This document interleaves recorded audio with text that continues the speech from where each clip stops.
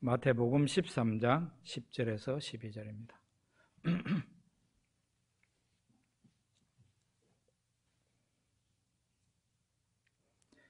10절에서 12절 같이 한번 읽어보겠습니다. 제자들이 예수께 나와 이르되 어찌하여 그들에게 비유로 말씀하시나이까? 대답하여 이르시되 천국의 비밀을 아는 것이 너희에게는 허락되었으나 그들에게는 아니 되었나니 무릇 있는 자는 받아 넉넉하게 되되 없는 자는 그 있는 것도 빼앗기리라. 아멘. 천국의 비밀을 아는 것이 너희에게는 허락되었으나 그들에게는 아니 되었다. 천국의 비밀이라는 말을 여기에서 하였습니다. 비밀이라는 말을 오늘 생각하려고 하는데요. 성경 원어로는 미스테리온이라고 그렇게 되어 있습니다. 이 미스테리온에서 영어가 나왔는데 미스터리 혹은 미스테리 이렇게 여러분이 잘 알고 있는 영어 단어가 나왔습니다. 무슨 뜻입니까? 우리말로 비밀이라는 뜻도 있고 신비라는 뜻도 있습니다. 비밀이라는 뜻도 있고 신비라는 뜻도 있어요. 사실은 신비가 비밀이고 비밀이 신비입니다. 자, 그러면 이제 욥기 23장 8절 9절 한번 읽어보겠습니다. 같이 읽죠. 그런데 내가 앞으로 가도 그가 아니 계시고 뒤로 가도 보이지 아니하며 그가 왼쪽에서 일하시나 내가 만날 수 없고 그가 오른쪽으로 돌이키시나 배울 수 없구나. 욥이 고난 중에 내가 하나님을 찾아도 하나님이 보이지도 않고 만나지도 못한다. 하나님을 만나지도 못한다는 그런 얘기를 합니다.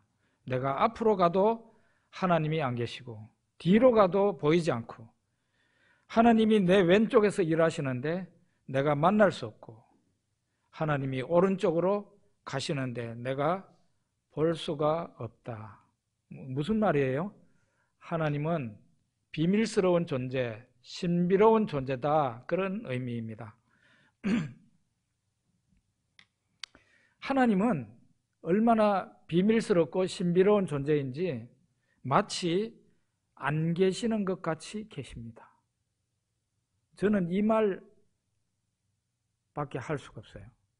하나님은 마치 안 계시는 것 같이 계세요. 그러니까 많은 사람들이 하나님이 안 계신다고 생각을 해요. 그만큼 하나님은 비밀스러운 분이시다. 그런 얘기입니다.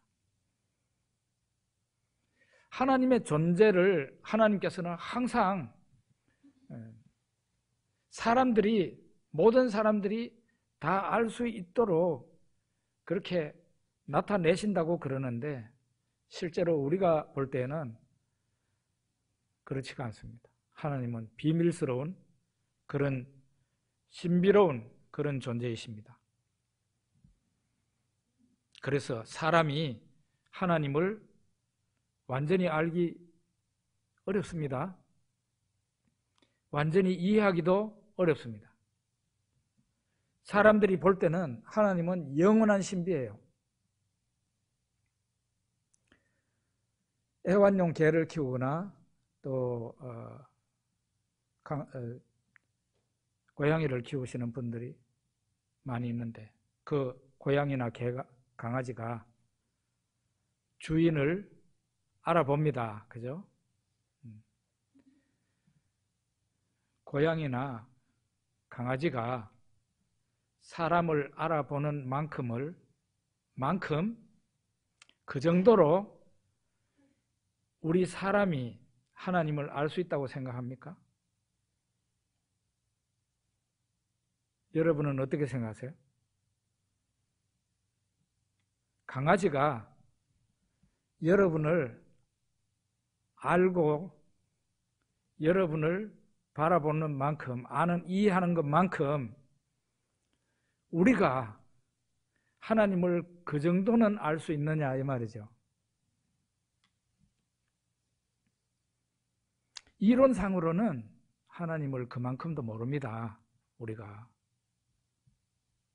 왜냐하면 강아지는 사람을 직접 볼 수 있습니다. 강아지한테 안 물어봐서 잘 모르겠는데 생물 시간에 보니까 강아지는 우리가 흑백 TV를 보는 거하고 똑같다 하더라고요. 칼라로 보는 게 아니고 흑백으로 사람을 본대요. 흑백 영상으로.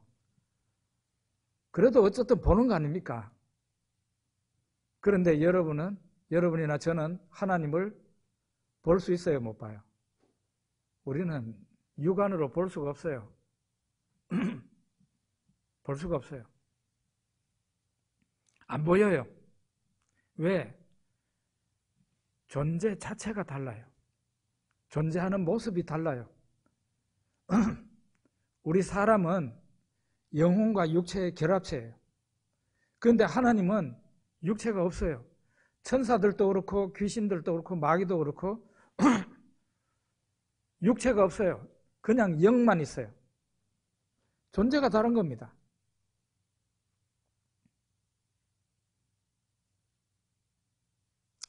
그래서 우리는 물질의 지배를 받는 육체를 가지고 육체적인 눈을 가지고 이렇게 바라보는데 영적인 존재인 하나님이 보입니까? 우리 눈으로 안 보입니다. 안 보여요.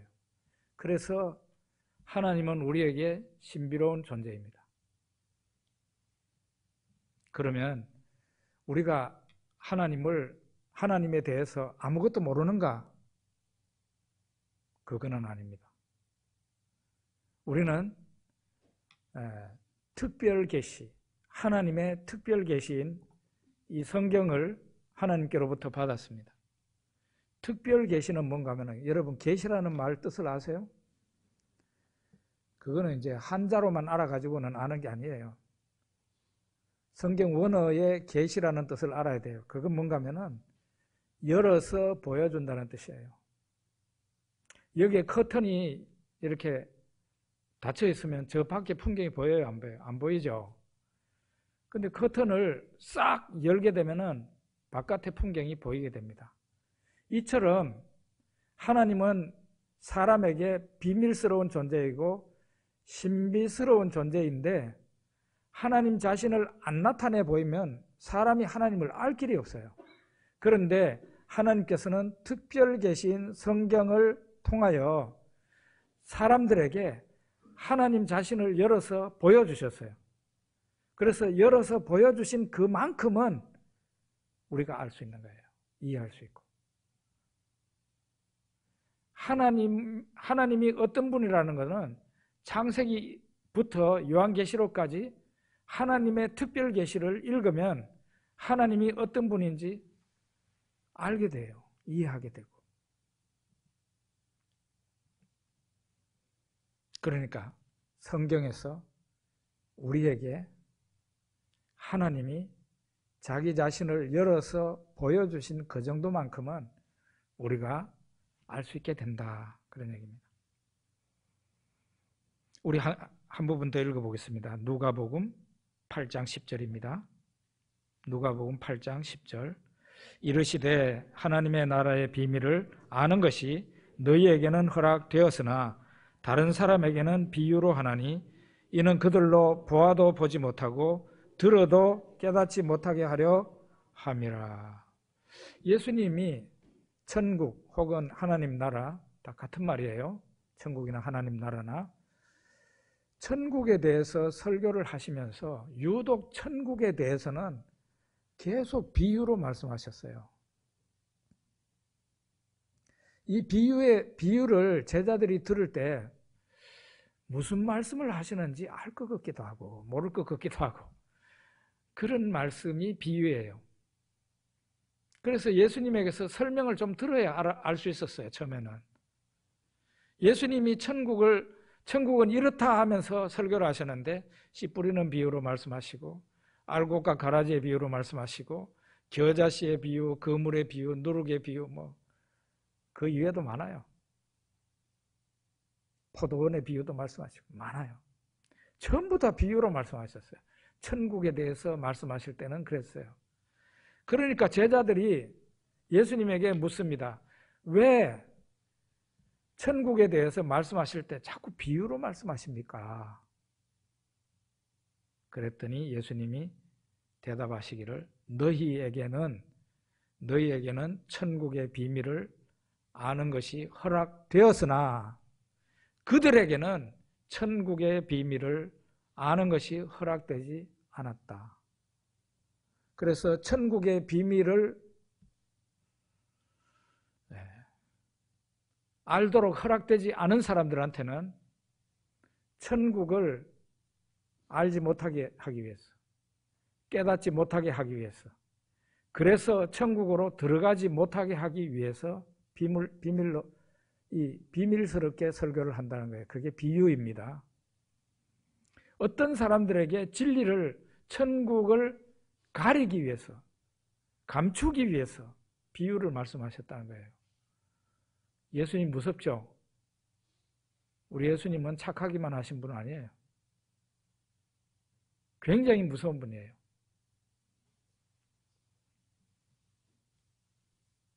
그래서 천국의 비밀을, 천국이 이 세상에 왔어요. 성경에 분명히 그렇게 나와 있습니다. 천국이, 하나님 나라가 이 세상에 와 있습니다. 근데 그 천국의 비밀을, 이 세상에 와 있는 천국의 비밀을 모르는 사람이 많아요. 왜냐하면 비밀스럽게 이 세상에 와 있기 때문에. 어떤 사람이, 누가복음 14장에 보면 나오는데, 어떤 사람이 예수님과 함께 식사를 하다가 이런 말을 합니다. 하나님의 나라에서 떡을 먹는 자는 복되도다. 예수님 앞에서 이런 말을 합니다. 어떤 사람이 하나님 나라에서 떡을 먹는 사람은 복되도다 이러면서 예수님 앞에서 말을 했어요. 그랬더니 예수님께서 그 사람의 말을 듣고 또 비유로 말씀하셨어요. 어떤 한 사람이 있었는데 큰 잔치를 열었거든. 큰 잔치를 계획하기 전에 초청할 사람들한테 아무 날 아무 시에 내가 큰 잔치를 열 테니까 그때 내가 내 종을 보낼 테니까 꼭 오세요. 그랬어요. 그러고 이제 아무 날 아무 시가 돼가지고 큰 잔치를 그 사람이 열었어요. 열고 난 뒤에 이제 초청하기로 한 그 사람들한테 종들을 보냈습니다. 종들을 보내서 이제 우리 주인이 큰 잔치를 배설하고 당신을 초청합니다 하니까 온다고 했던 사람들이 한 사람도 빠짐없이 안 오는 거예요. 어떤 사람은 오세요. 와서 큰 잔치에 먹을 음식이 많습니다. 와서 즐기세요 했더니 한 사람은 내가 밭을 샀거든요. 밭에 나가서 좀 봐야 됩니다. 이유가 돼야 안 돼요? 밭을 사는 게 얼마나 중요한 일인데요. 중요한 일을 하는데 밭을 샀으니까. 그러니까 이해해 주세요. 네, 못 갑니다. 또 한 사람은 종이 가서 얘기를 하니까 내가 소를 5겨리를 샀습니다. 소를 5겨리 샀습니다. 나가서 소를 시험해 봐야 됩니다. 잘 샀는지 못 샀는지. 이거 중요한 일입니까? 중요하지 않은 일입니까? 굉장히 중요한 일이에요. 소를 5겨리라 그러면 10마리인데 한 마리도 아니고 10마리를 샀는데 시험해 봐야죠. 그래서 잔치에 오라는 그 종한테 내가 못 갑니다. 이해해 주십시오. 또 한 사람은 어떻게 대답을 했는가 하면 제가 결혼을 했습니다. 결혼을 했습니다. 그래서 못 가니 이해해 주십시오. 사람들이 이런 이유를 대면서 내가 못 가니까 이해해 달라고, 양해해 달라고 그랬어요. 이 이유가 굉장히 중요한 이유입니다. 그리고 말이 안 되는 게 아니라 말이 됩니다. 그들이 중요한 이유를 댔고 말이 되는 이유지만 그들이 천국의 비밀을 알았다면 과연 그렇게 대답하겠습니까? 천국의 비밀을 알았다면. 그 말은 그 잔치가 그냥 잔치가 아니에요. 천국의 잔치예요. 천국 잔치에 초청을 받았는데 나 그 천국 잔치에 못 갑니다 했으니까 이 사람은 굉장히 어리석은 사람입니다. 어리석은 사람이에요.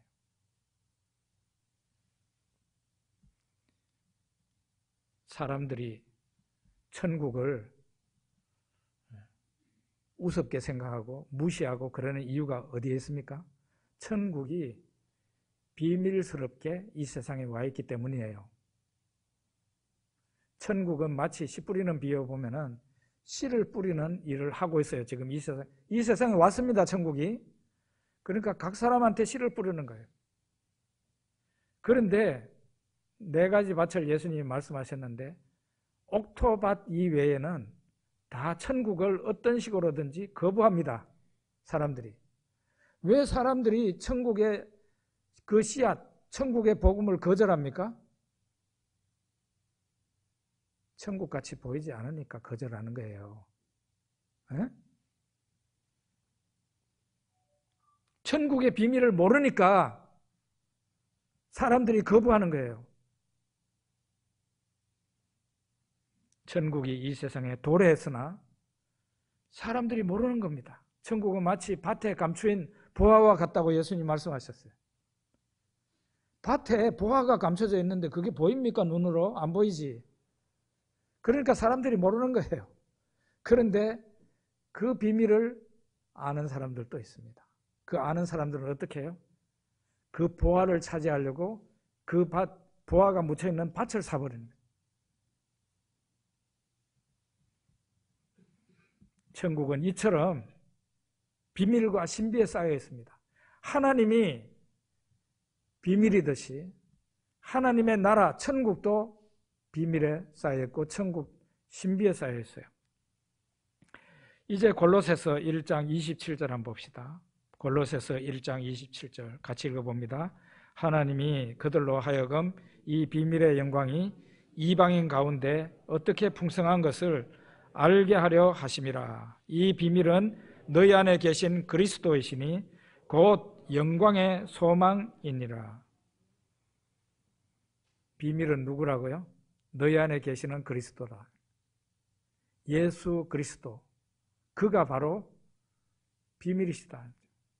이 예수 그리스도가 어디에 있어요? 너희 안에 계신 예수 그리스도를 믿는 그 믿는 신자 안에 계신 그리스도예요. 예수 그리스도세요. 그는 비밀입니다. 우리의 영광의 소망이신데 그는 비밀입니다. 여러분, 이 세상에 불가사의한 일들 많이 있죠? 이집트의 피라밋을 바라보면서 이구동성으로 하는 말이 불가사의한 건축물이다. 7대 불가사의 중에 하나다. 그러죠. 여러분, 인류가 시작이 된 아담과 하와 때부터 아마도 예수님 재림하실 때까지 마지막 인간까지 인류 역사는 계속 진행되고 있는데요.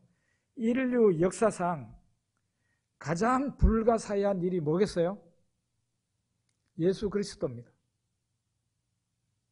하나님이 사람이 되셔서 이 세상에 오신 사건이에요. 이거보다 더 불가사의한 일이 어디 있어요? 어마어마한 일이 우리 인류 역사 가운데 일어난 일입니다.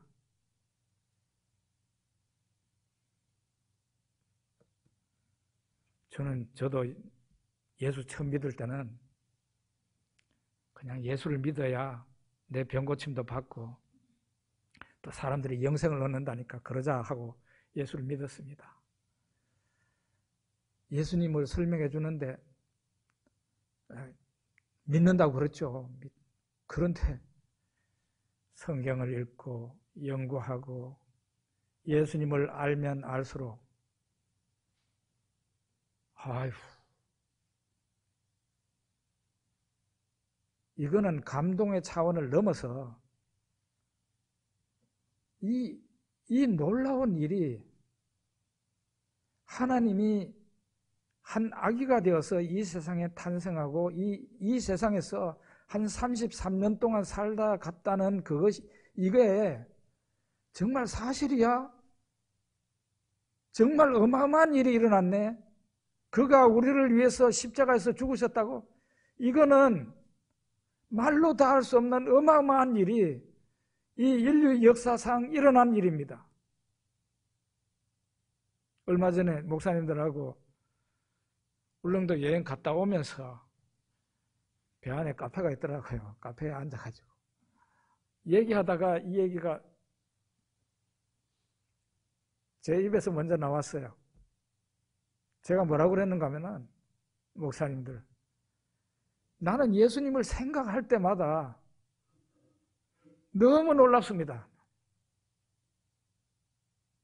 어떻게 하나님이 인간이 되셔서 이 세상에 오셨을까요?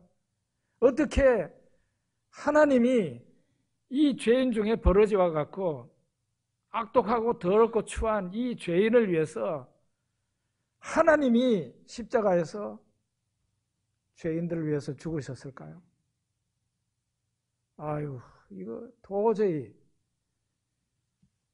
이해를 하려고 해도 이해가 잘 안 되는 어마어마한 감동이죠.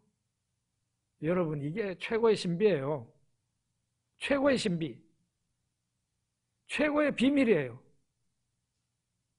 그러니까 사람들이 예수 그리스도 이야기를 하면은 사람들이 납득을 못하는 거예요. 신비에 쌓여 있으니까. 그분 자체가 신비예요. 참 하나님이시고 참 사람이라 그랬잖아요.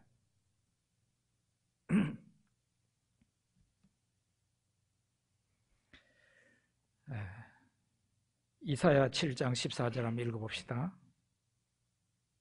그리고 그 요한일서 5장 20절까지 우리 쭉 같이 읽어봅니다. 그러므로 주께서 친히 징조를 너희에게 주실 것이라.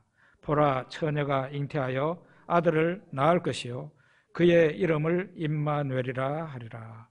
이는 한 아기가 우리에게 낳고 한 아들을 우리에게 주신 바 되었는데 그의 어깨에는 정사를 메었고 그의 이름은 기묘자라, 모사라, 전능하신 하나님이라, 영존하시는 아버지라, 평강의 왕이라 할 것임이라.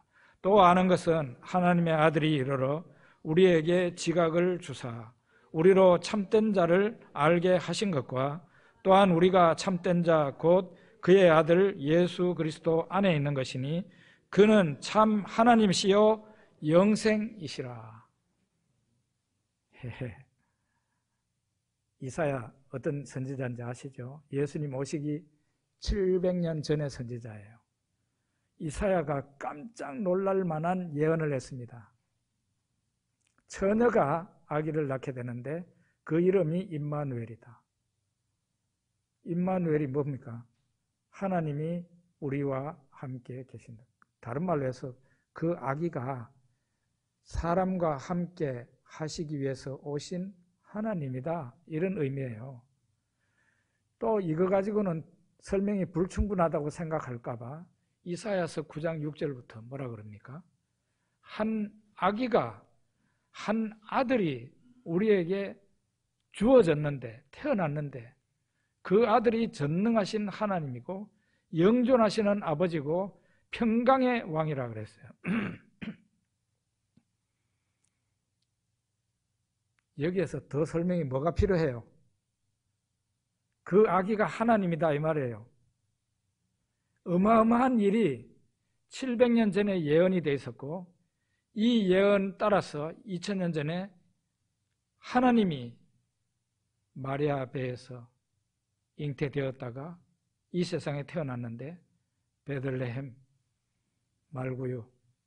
말마구간에서 태어나가지고 구유 위에 올려졌는데 그 아기가 바로 세상에 오신 하나님이시다. 이 얘기입니다.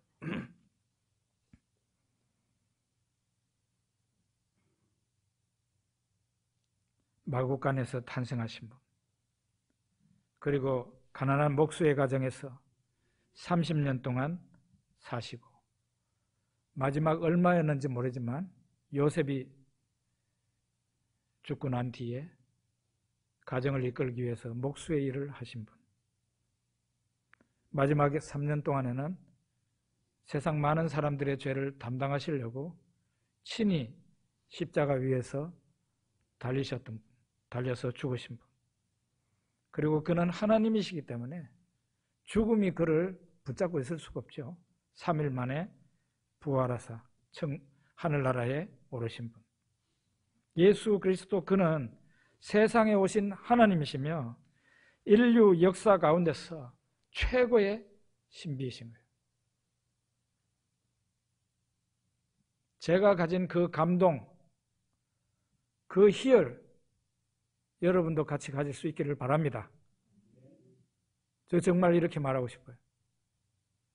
예수님만 생각하면 가슴이 주체 없이 뛰어요. 하나님 어떻게 이런 일을 하셨어요? 이게 말이나 되는 말이에요? 일이에요? 하나님이 어떻게 인간으로 오신단 말입니까? 인간이 아무리 죄를 많이 지어도 그렇지, 천지를 지으신 하나님이 버리지 못한 인간을 위해서 십자가 위에서 죽으신단 말입니까? 아유, 이거 어떻게, 인간의 이 작은 머리로 어떻게 이해를 해요? 그런데 사실인 겁니다. 제가 아주 젊을 때 전도사 시절이었던 것 같은데, 우리 집에 한 번은 여호와의 증인이 전도하러 왔어요. 여호와의 증인이 전도하러 왔어요. 그래서 신학도 공부하고 있는 상황이라 자신이 충만해가지고 심지어 교만할 정도죠. 아이고 어서 오시라고 아주 반가운 손님 온 것처럼 방으로 불러드렸어요. 우리 통성명 제대로 하고 합시다. 그래. 자기 자신의 정체를 정확하게 밝히자. 그래. 그랬더니 우리는 여호와의 증인입니다. 그러더라고. 두 사람이, 하나는 리더고 하나는 옆에서 배우는 사람이에요. 그 이제 저는 대한예수교 장로에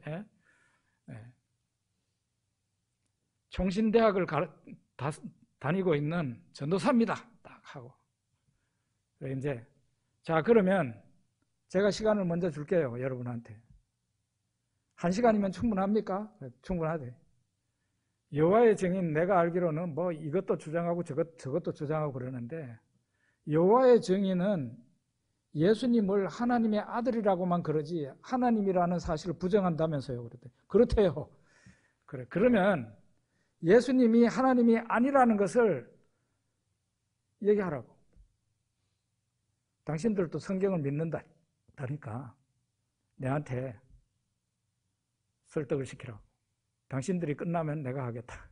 나는 예수님이 하나님이라고 믿는 사람이니까 그걸 얘기하겠다고. 그래가지고 이 사람들한테 먼저 기회를 줬더니 뭐 성경을 수도 없이 찾았어요. 전부 다 찾은 게 하나님의 아들이라는 부분만 찾았어요. 그래 나한테 읽어보래요. 읽고 난 뒤에 여기 봐요. 예수가 하나님의 아들이라고 돼 있잖아요. 이러면서 이제 다 끝났어요. 1시간 넘게 준 것 같은데. 그랬더니 이제 끝났어요. 이제 할 말 더 없습니까? 없대. 그러면 이제 내 차례네요. 그래. 저는 1시간도 걸릴 필요가 없어요. 한 10분도 안 걸렸어요. 바로 여기에 요한일서 5장 20절 이 말씀을 찾았습니다. 찾아가지고 우리 같이 읽어보죠 했어요. 저도 읽고 여호와의 증인 두 사람도 같이 읽고, 또 아는 것은 하나님의 아들이 이르러 우리에게 지각을 주사 우리로 참된 자를 알게 하신 것과, 또한 우리가 참된 자 곧 그의 아들 예수 그리스도 안에 있는 것이니 그는 참 하나님이시요 영생이시라. 여기 보면 분명히 예수님이 하나님의 아들이라고 돼 있어요. 그리고 여러분들이 제가 그랬어요. 여호와의 증인. 여러분들이 그 하나님의 아들이라고 하는 말이 맞아요. 그런데 한 발자국 더 나가야 돼요.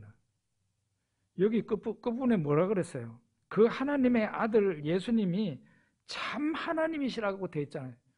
참 하나님. 그랬더니 이 두 사람이, 그러니까 저한테 전도한 그 리더가, 여호와의 증인 리더가 얼굴이 확 굳더라고. 당황하는 기색이 얼굴에 확 나. 옆에 따라온 사람은 뭐가 뭔지도 모르는 사람이에요. 제가 그 리더 손을 딱 잡으면서 이쯤 했으니까 우리 기도합시다. 예수님이 참 하나님이시래요. 기도합시다. 그랬더니 아유, 제 손을 빼면서 우리 기도는 각자 하자고 그러면서 도망가 버렸어요. 예수 그리스도는 신비예요. 세상에 오신 참 하나님. 놀라운 일이에요. 하나님이 이 세상에 오셨다는 것도 놀라운 일이고 인간이 되셨다는 것도 놀라운 일이고 더 놀라운 일은 하나님이 죄인들의 죄를 대신 짊어지고 자기 자신을 십자가에서 제물로 바쳤다. 그거는 더 놀라운 일이에요. 하나님의 사랑을요, 뭐 별별 걸 가지고 다 설명하는데 솔직히 설명할 수가 없어요. 하나님의 사랑이 너무 고귀하고 높아가지고 이걸 설명할 수가 없어요. 그래서 여러분 부활을 믿기 힘듭니까? 저는 부활은 아주 믿기 쉬워요. 왜? 그는 하나님이시기 때문에 죽음에 잡혀 있을 수가 없어요. 그건 당연해요. 부활하시는 게 너무 당연하다고요. 그런데 그거보다 더 놀라운 일은 하나님이 죽으신 십자가예요. 영원한 신비입니다. 영원한 비밀입니다. 이거를 누구가 믿기가 쉽겠어요? 에베소서 6장 19절 한번 읽어봅시다. 에베소서 6장 19절. 또 나를 위하여 구할 것은 내게 말씀을 주사 나로 입을 벌려 복음의 비밀을 담대히 알리게 하옵소서 할 것이니. 여기에 보면은 복음이 비밀이라 그랬어요. 복음이 비밀이다. 그럴 수밖에 없는 것이 복음의 핵심이 뭡니까? 예수 그리스도예요. 그 복음의 핵심이 예수 그리스도인데 예수 그리스도가 비밀이에요. 그러니까 복음이 비밀일 수밖에 없는 거죠. 세상 사람들이 복음을 들으면, 여러분과 제가 전하는 복음을 들으면 세상 사람들이 이해하기가 굉장히 어렵습니다. 우리 그걸 알고 전도해야 됩니다. 세상 사람들이 이해하기 어렵다고요. 우리가 보통 이렇게 합니다. 예수님을 믿으십시오. 예수 믿으면 구원받아 천국 갑니다. 모든 죄를 용서받습니다. 그러면 세상 사람들 그 마음에 어떤 마음이 생기는가 하면 뭐 예수 믿는다고 뭐 천국 가나? 그렇게 생각을 해요. 예수 믿는다고 무슨 구원을 받아 천국을 가? 그럼 개나 소나 다 구원받겠네. 천국 가겠네. 이런 반응을 보인단 말이에요. 이해가 되지 않아요. 납득이 안 돼요. 복음이. 그래서 비밀이라는 겁니다. 우리가 말은 단순하게 하지만, 복음을 단순하게 전하지만 그 복음 속에는 어마어마한 설명이 있습니다. 진리가 있습니다. 우리가 어떻게 예수를 믿는데 어떻게 구원을 받을까요? 어떻게 우리의 죄를 용서받을까요? 다 설명이 성경에 다 나와 있지 않습니까? 믿는다는 것은 나와 믿는 내와 믿는 대상이 하나가 되는 거예요. 이거는 이방신을 믿는 것도 마찬가지예요. 이스라엘 백성들이 바알신의 당에 가가지고 그 신당에 차려진 음식을 먹고 바알신 앞에 넙죽 절을 했어요. 민수기에 뭐라고 그랬습니까? 이 백성이 바알과 합쳐졌다. 바알과 하나가 되었다 그랬어요. 그 믿음이라는 것은요, 믿는 나와 믿는 대상인 그 신을 하나로 만드는 게 믿음이에요. 말하자면 나를 그 신 안으로 집어넣는 게 믿음이다 이 말이에요. 내가 예수 그리스도를 믿는다는 것은 무슨 뜻인가 하면은, 이전에는 예수 밖에 있었던 내가 예수님을 믿으면서 이 예수님 안으로 내가 들어가는 거예요. 아담 안에서 아담의 죄를 같이 짓지도 않은 내가 아담 안에서 죄인이 됐어요. 왜 그런가요? 내가 아담 안에 있었기 때문에. 내가 예수를 믿었더니 똑같은 원리가 적용되는 거예요. 내가 그렇게 착하지도 않아. 내가 내 자신에게 점수를 매긴다면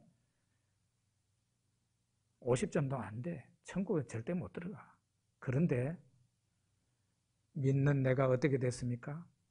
예수님 안으로 들어갔어요. 그게 바로 세례로 표현하는 거예요. 세례로.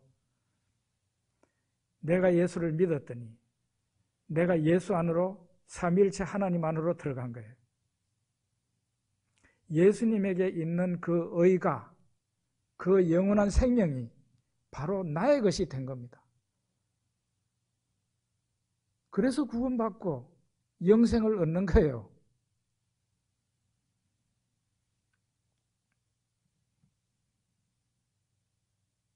우리가 복음을 전할 때 사람들 반응이 어떻습니까? 무슨 이상한 소리를 다 하고 있어. 하루 종일 기분 나쁘죠. 하루 종일 기분 나쁘죠. 왜 기분 나빠요? 자기는 아닌 것 같거든. 그러니까 복음이 신비라는 거예요. 비밀이라는 거예요. 여러분, 하나님은요, 교만한 자는 한 사람도 저 천국에 들어오지 못하게 하셨어요. 교만한 사람은 자기가 파놓은 함정에 자기가 빠지는 사람들이에요. 교만한 사람이 어떤 사람이에요? 하나님의 복음을 여러분과 제가 들고 나가서 겸손하게, 무슨 우리가 죄 지은 사람처럼 되게 겸손하게 나갑니다. 제발 믿어달라고. 제발 예수를 믿어달라고. 심지어는 어떤 경우는 나를 봐서라도 예수를 믿으라고. 이러면서 전도를 합니다. 전도받는 사람은 어때요? 선택사항이라고 생각하죠. 자기가 모든 걸 판단한다고 생각하죠. 그런 사람이 교만한 사람이에요. 그런 사람은 아무도 구원 못 받습니다. 어린아이 같이. 그래요? 나 예수 믿겠습니다. 그런 사람이 구원받는 거예요. 그래서 복음이 비밀이라는 것이고 신비라는 것입니다. 여러분과 제가 고린도전서 4장 1절에 보면, 우리 읽어봅시다. 사람이 마땅히 우리를 그리스도의 일꾼이요 하나님의 비밀을 맡은 자로 여길지어다. 그리고 맡은 자들에게 구할 것은 충성이니라. 여러분과 저를 그리스도의 일꾼이라 그랬습니다. 맞습니까? 그리고 하나님의 비밀을 맡은 자라 그랬습니다. 여러분과 저에게 우리 하나님께서는 하나님의 비밀을 맡기셨어요. 하나님 자신이 비밀이시고 하나님의 나라가 비밀이고 예수 그리스도가 비밀이고 예수 그리스도의 복음이 비밀이에요. 이 비밀을 여러분과 저에게 맡기신 거예요. 어떻게 하라고요?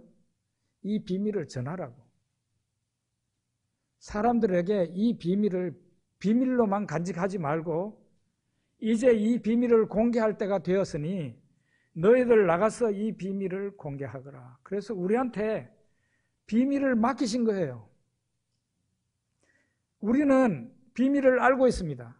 세상 사람들은 하나님의 비밀도 모르고 천국의 비밀도 모르고 예수 그리스도의 비밀도 모르고 복음의 비밀도 몰라요. 그런데 여러분과 저는 예수 그리스도를 믿고 이 비밀을 압니다. 우리들에게 이 비밀을 맡기셨어요. 나가서 우리가 이 비밀을 사람들한테 말하지 않으면 세상에 어떤 일이 벌어집니까? 사람들이 구원 못 받는 거예요. 세상 사람들의 생명이 영원한 생명이 여러분과 저에게 달려 있어요. 이번에 노예할 때 노예 시작 전에 노회장님이 먼저 왔어요. 와가지고 저한테 악수하자 그러면서 악수를 터가는데 뭐 손에 뭐를 쥐고 악수를 하십니다. 그래가지고 이래 보니까 한약이에요, 한약. 청심환인가 봐. 아니 이거 웬 청심환을 나한테 그러니까 목사님 회의할 때 가슴이 두근두근 거려가지고 이거를 하나 먹어야 된대. 그래가지고 저한테도 하나 주더라고요. 제가 만약에 암이 걸렸는데 이 암은 그 어떤 것으로도 고칠 수가 없어요. 그런데 어떤 의사가 나한테 암의 특효약이라면서 줬는데 그거 한 번 먹고 내 암이 깨끗하게 나았어요. 그리고 그 약을 내한테 무한대로 많이 주셨어요. 좋은 일 하라고, 나가서 좋은 일 하라고. 그랬는데 그러면 내가 받은 내가 효험을 받잖아요. 내가 낳은 병이 낳은 이 귀한 약을 사람들한테 전해야 될 거 아니에요. 그런데 오늘날 뭐 저도 그렇고 여러분도 그렇고 그거 복음 잘 전하고 있는가요? 우리가 전도를 잘했으면 지금 현재 우리 교회 지금 이 숫자보다 3배, 4배가 되어 있을지도 몰라요. 우리가 그동안 전도를 안 했어요. 그렇잖아요. 내가 은혜 받고 효험을 본 이 복음을, 이 비밀을 하나님께서 나에게 맡기셨는데 이 비밀을 사람들한테 말을 안 하는 거예요. 왜 말을 안 합니까? 말해서 좋은 반응이 있으면 왜 얘기를 안 했겠어요? 세상 사람들이 내가 낳은 만병통치의 그 약을 떡 주면은 세상 사람들이 어떻게 받아들여요? 이거 혹시 사약 아니냐고. 이거 혹시 내가 먹으면은 내 위가 불타는 거 아니냐고. 내가 이거 나 이거 못 믿겠다고 그러고. 그러니까 전도할 맛이 안 나죠. 그런데 전도하는 방법 이외에는 이 세상에 구원을 받을 방법이 없습니다.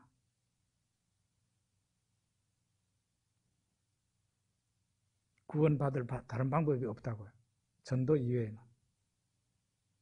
비밀을 맡은 자인 여러분과 제가 비밀을 맡은 자의 본분을 다 했는지 참으로 반성해야 되고 각성해야 되고 이제 교회에서 전도하러 나갑시다 이런 소리 하지 않더라도 내 주변에 있는 사람들에게 이 복음의 비밀을 말할 수 있는 우리가 돼야 됩니다. 아멘? 아멘? 꼭 그렇게 하십시다. 기도하겠습니다.